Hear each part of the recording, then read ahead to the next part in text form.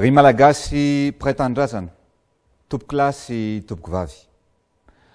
Manoloana ny valanaretina coronavirus izay efa mianaka any amin'ny firenena maro dia tsapako ny fitaitainanao ry malagasy namako.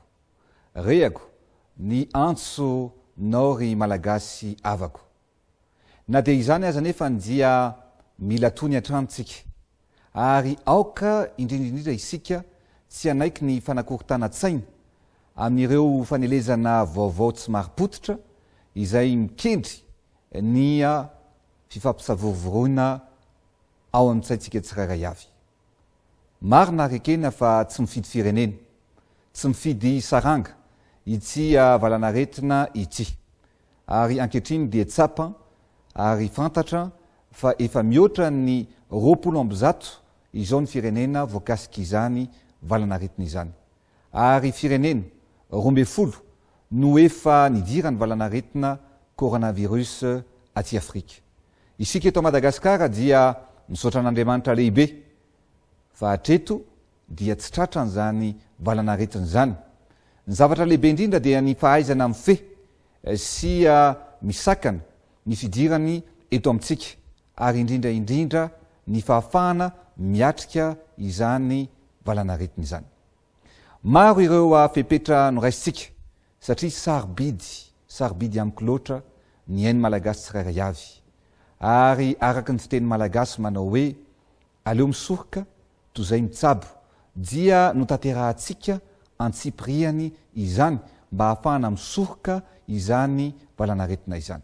Efa nisy ny paikady napetraka mialohan'ny nanombohan'ny volana janoary mba hahafahantsika miaro ny firenetsika ary izay indrindra no nitsindirana io valanaretina io teto Madagasikara hatramin'izao ary isorantsika an'Andriamanitra izany.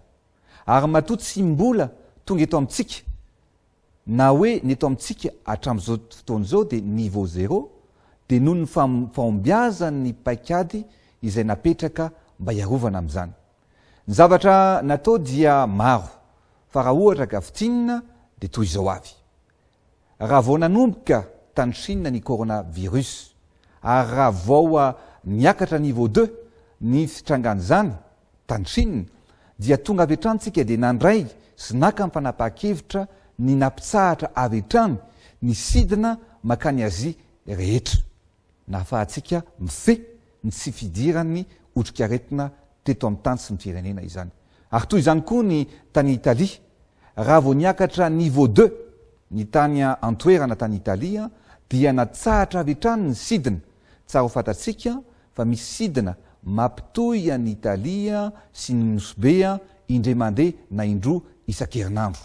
Niteraka fatiantoka ho an'ireo trano fandraisam-bahiny izany fa fepetra tsy maintsy noraisina kosa mba hiarovana ny vahoaka sy ny malagasy praitan-drazana.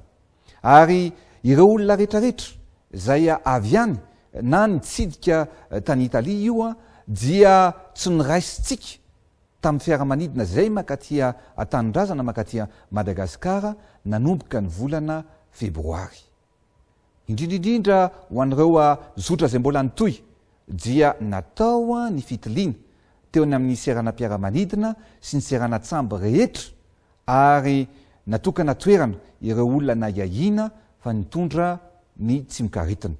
Nefa na zany ary dia nahafahantsika mifehy satria hatreto dia tsy nisy ny olona nitondra ny tsy mikaritana. Ankoatr'izany dia ilaina ny fahafantaran'ny vahoaka ny zavatra misy marina. Izay ny mahatonga ana mijoro manoloana anareo ankehitriny. Ilaza ny fepetra, ilaza ihany koa ny zavatra misy marina tokony ampahafantarana ny vahoaka. Anisan'izany ohatra nefa nametrahantsika ny ligne verte na ny ahafahana miantso antaribia maimaimpoana, ahafahana mahazo sy maka ireo atorolalana sy torohevitra, ahafahana misoroka an'izany aretina izany dia napetraka ny ligne verte izay mitondra ny laharana 910. Io dia ahafahantsika mifanerasera ny vahoaka ray manontolo amin'ny rompitsabo mivatana. Nanome fanofanana ihany koa manokana isika ireo mpitsabo sy ny mpiara-miasa ny fahasalamana rehetra niaraka tamin'ny OMS na ny Organisation Mondiale de la Santé. ho fanamafisana ny fisorohana izany zavatra rehetrarehetra izany dia nametraka isika ny plan de contingence izay nahazahoana famatsim-bola mitetina 3,7 tapitrisa dolara avy amin'ny banky iraisam-pirenena. Nahazoantsika an'izany famatsim-bola zany dia nametraka tsika hoe ahoanavy ny fomba isorohana mba tsy dirany zany aretina mandoza coronavirus zany eto Madagasikara. Tsara ho fantatrareo ihany ny fomba ampiasana an'io famatsim-bola io. Io famatsim-bola io dia ampiasaina mba hoentina anamafisana mifampitaovana ireo hôpitaly sy ireo toerana fandraisana ny marary. Io ihany koa ny fifidianana tente médicalisée miaraka amin'ny fitaovana fitsaboana ary fomba toy ny respirateur, nébulisateur professionnel na ny manara-penitra, ny glucomètre, ny extracteur d'oxygène, ny thermomètre laser sy ny maro hafa tsy voatanisa eto. Ny tiako lazaina sy ambara amintsika dia miomana amin'ny zavatra rehetra tsika. Noho izany arak'izany ihany koa dia apetraka ny fanatsarana n'ireo salle d'isolement temporaire eny amin'ny seranam-piaramanidina. Napetraka ihany koa ny fametrahana ny caméra eny amin'ny seranam-piaramanidina eto amin'ny firenena fa indrindra any amin'ny seranam-piaramanidina Ivato izany. Betsaka ny fanontaniana zay mandalo ao an-tsaitsika hoe ahoana tokoa moa ny fomba fifindrany io valanaretina io. Eto dia anazava fohy aminareo ny fomba mety ifindrany zany valanaretina zany mba ahafahantsika misoroka ihany koa amin'ny zavatra zay mety hitranga. Ny fifindrany ny valanaretina dia amin'ny fomba roa, na mivatana na ankolaka. Ny mivatana dia ilay olona mitondra ny tsy mikaretina no manaparitaka azy amin'ny alalan'ny mpidodrora miantefa mivatana any amin'ny olona zay salama. Zany hoe tsy tokony hifanakaiky amin'ireny olona zay ahina fa mety hitondra ny tsy mikaretina ireny isika. Ny ankolaka kosa dia ny hoe amin'ny alalan'ny fifandraisan-tanana, amin'ny alalan'ny mety hoe fanakekezana loatra an'ireny olona mitondra tsy mikaretina ireny, fa indrindraindrindra dia amin'ny alalan'ny fikasihana ireo entana zay nokasihan'ilay olona mitondra tsy mikaretina toy ny hidim-baravarana amin'ny fiara na amin'ny trano na amin'ny faritra na ny fitaovana rehetrarehetra ihany koa zay nikasihany ilay marary. Izany rehetra zany dia azo lazaina hoe ny zavatra rehetrarehetra nikasihan'ilay olona dia mandritra ny adiny 10 dia mipetraka eo raha misy olona nitondra valanaretina zany mandritra ny adiny 10 no mipetraka eo ilay tsy minaretika na microbe. Mipetraka ihany koa adiny 9 amin'ny akanjo raha misy fifampikasoana na mpidodrora zay mipetraka amin'ilay olona zay tsy mitondra tsy mikaretina. Noho izany dia apetratsika ny zavatra rehetrarehetra mba ahafahana mifehy an'izany zavatra rehetrarehetra sy tsy mikaretina zany mba tsy ho tonga indrindra eto Madagasikara na ifindra ihany koa amin'ny olona. Noho izany dia maro ihany koa ny fanontaniana apetraka reo milaza ny hoe ahoana marina ny fiseho an'ity aretina ity.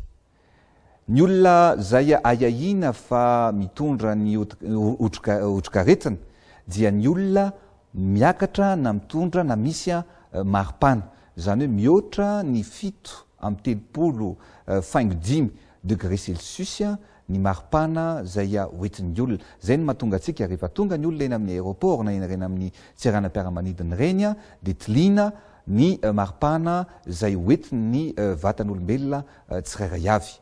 Ao ihany koa ny hoe mangorangorana ny vatana, ao ihany koa ny hoe mikohaka, sepitra, marary andoha, mitaitaina ny vatana, jenjina ny orona, marary ny tenda ary ilay indrindraindrindra fahaseporana no mitondra makany amin'ny fahafatesany. Noho izany dia raha sanatrika misy an'ireo famantaran'ireo isika dia tokony manatona toeram-pitsaboana aingana. Izany zavatra rehetrarehetra zany nefa dia tsy izao satria mbola tsy misimitsy ny valakaretina eto amintsika valanaretina eto amintsika am'izao tsika miteny zao a fa mba fampitana ny toromarika sy ny vaovao a noentina aminareo noho nyle fanontaniana mandalo ao an-tsaina somaro mandalo amintsika tsirairay avy ary inona noa zavatra anontanianareo ihany koa de hoe inona ny fitandremana tokony ho atao tsotra satria ny zavatra io tsy mikaretiny io dia ohatra ny gripa mahery zany hoe afaka mifindra amin'ny olona rehetrarehetra araka ny lazaiko teo amin'ny alalan'ny fandraisa-tanana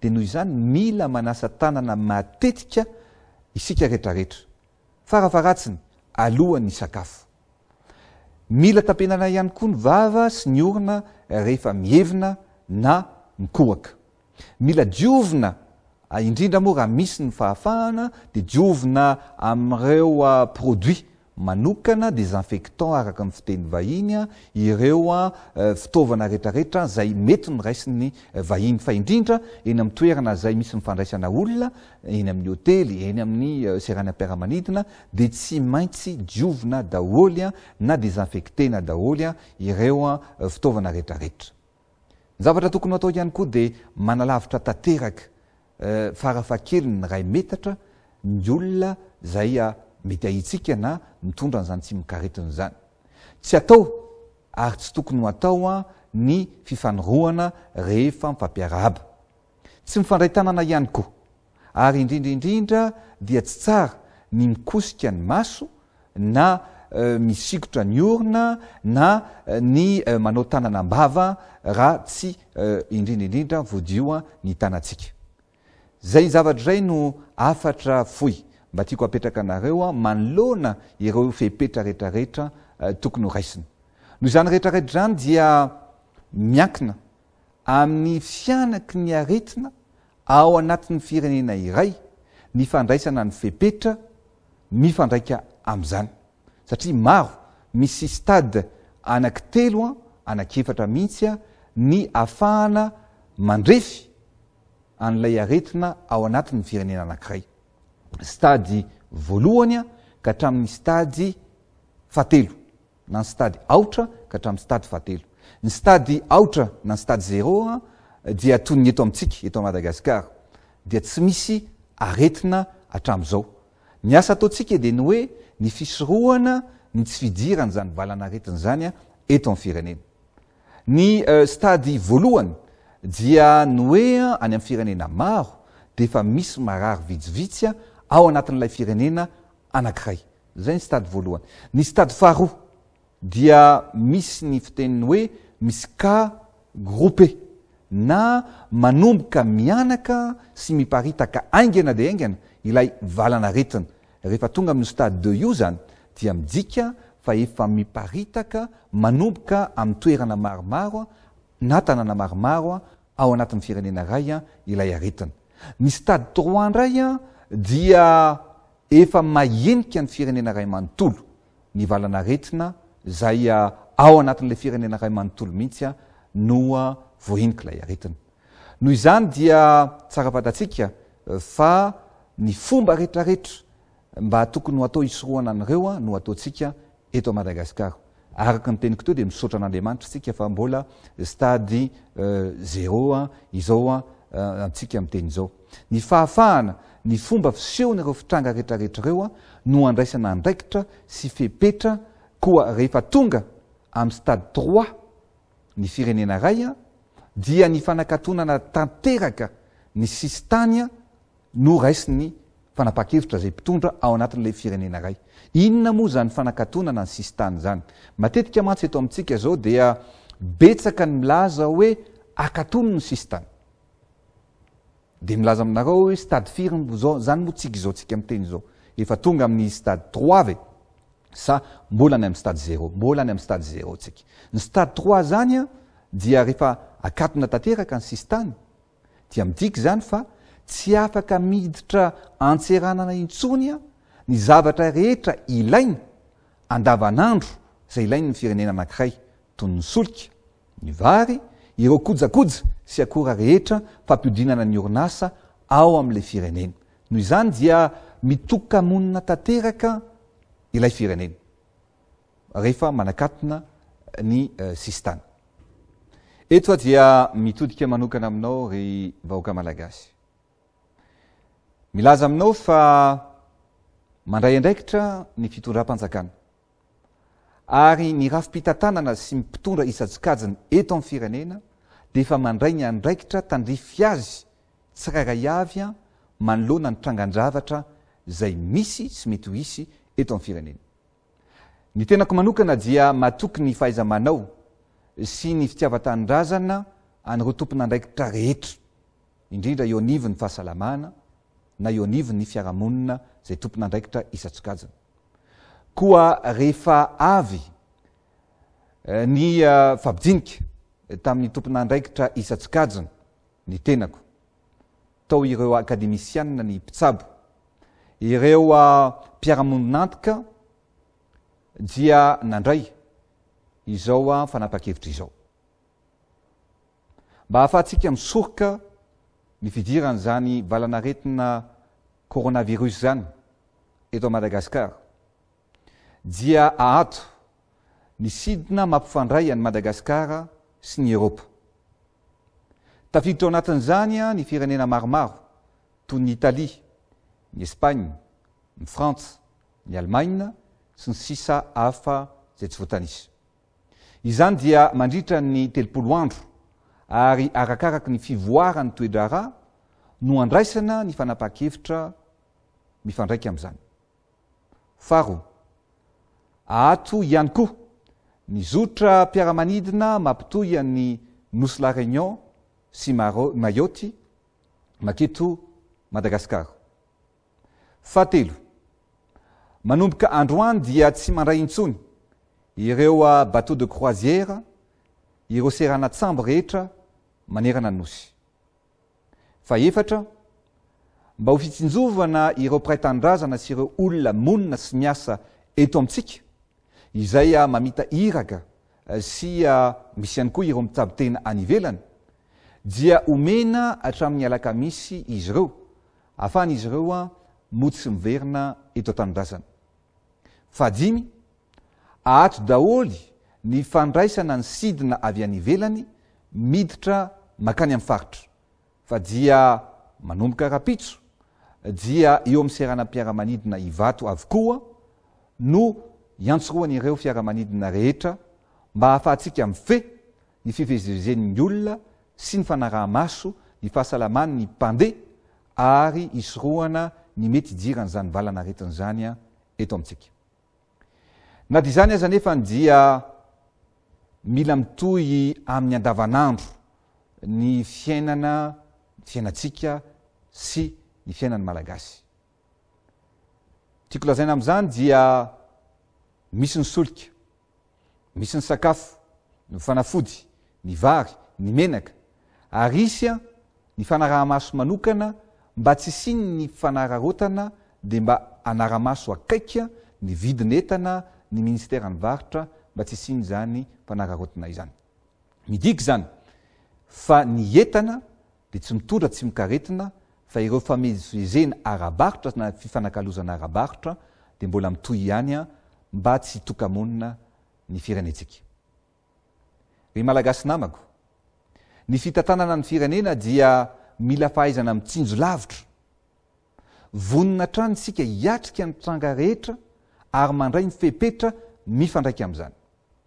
Koa raha sanatry ny vava ladiny lela ka tafiditra eto amintsika izany valanaretina coronavirus izany, dia efa miomantsika ary ho raisy ny fitondram-panjakana manontolo, ny fitsaboana sy ny fandraisana tanana ny marary voan'izany aretina izany. Tsy maintsy miatrika isika ary tsy maintsy vonina amin'ny zavatra rehetra. Amin'izao vanim-potoana iainantsika izao no ilaina ny firaisan-kiny, ilaina ny firaisan-po, ny firaisan-tsain'ny malagasy iray manontolo mba ahafahantsika miatrika izao sedra lalovan'izao tontolo izao sy ny firenena malagasy ihany koa.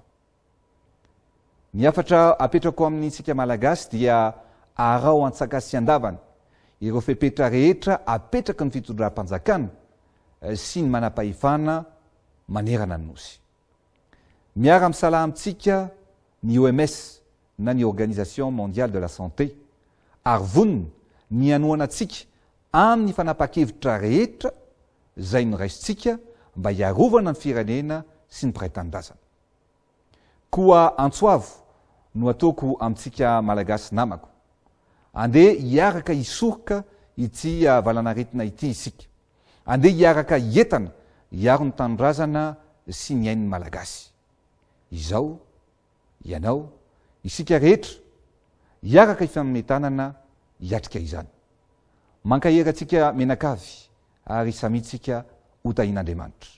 Masina ny tanindrazana, misaotra tompoko lahy, mankasitraka tompoko vavy.